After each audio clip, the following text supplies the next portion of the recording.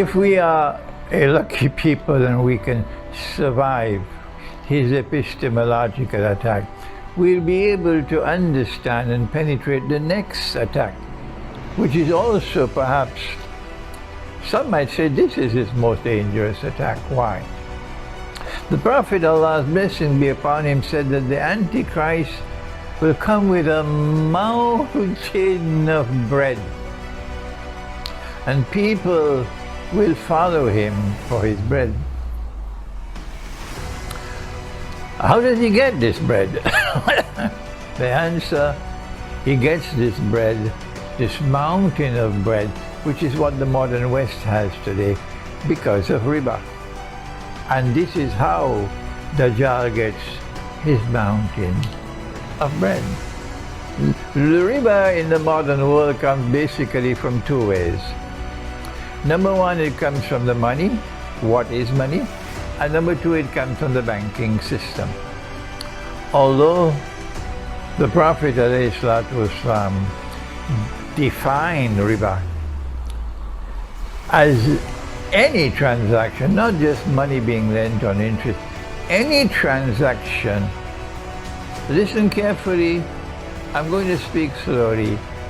Any transaction, excuse me, based on deception, which delivers an advantage, a gain, a reward, which is unjust, is riba. He says, if you meet a man coming to the market to sell his goods, he has a truckload of durians. If you've never ate a durian, you don't know the king of all fruits.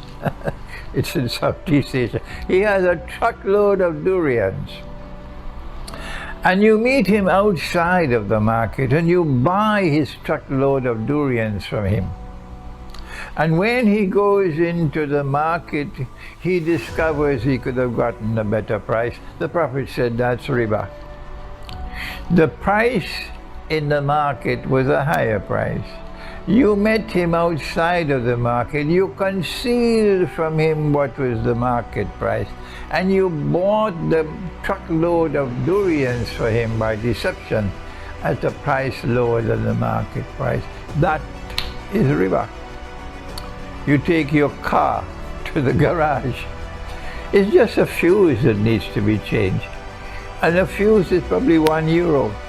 And the garage says, this is a big job. This is going to take 1 week. It's going to cost you €5,000. And you know nothing about the car. 1 week later you go, you pay $5,000 to collect your car. And all that the garage did was a change of fuse that was what? That cost €1. That is riba. So this transaction based on deception is there in the monetary system. But Imran Khan's government in Pakistan, and every government in Pakistan, every government in the world of Islam, from the beginning to this day, in the modern age, they don't know the subject. They took gold and silver, dinar and dirham, which is in the Quran, which is money with intrinsic value. This is money in the Quran. I don't have the time to explain it to you. And they banned it. You're prohibited from using gold as money. That is in the Articles of Agreement of the International Monetary Fund. So when the IMF banned the use of gold as money, they were now free to bring their bogus money into the market. Money with no intrinsic value. Money with, listen to the words, money with fictitious value assigned by people, and therefore it can be manipulated. And when they want to attack you, they will cause the value of your money to fall, as the money was falling in Pakistan because they're not comfortable with Imran Khan's government.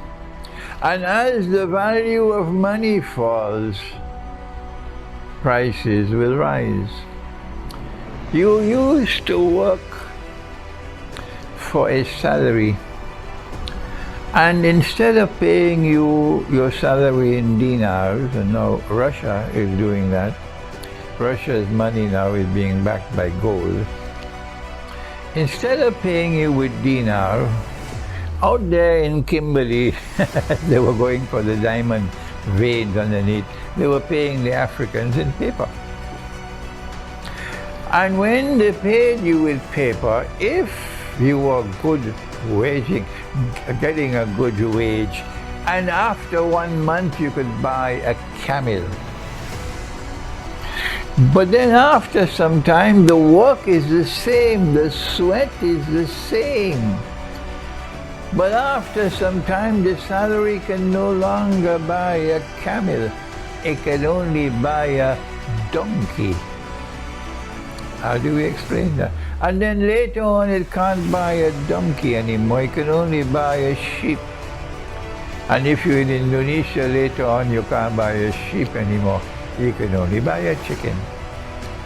Is there no sense in the head other than peanuts to understand that this falling value of money results in a massive transfer of wealth internally within the country to a predatory elite, and also a massive transfer of wealth outside, like a vacuum pump that you use for vacuuming your carpet.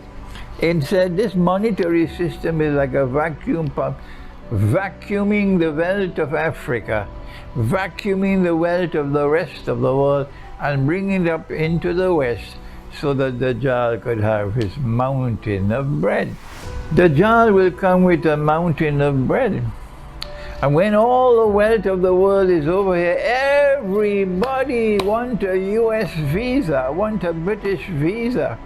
They want a Canadian visa. They want to go and live in Australia. They want Singapore. They want Brunei. They want to go where the bread is located. Not knowing that you are looking at and it looks like a river. Dajjal's river is not a river. Dajjal's river is his fire.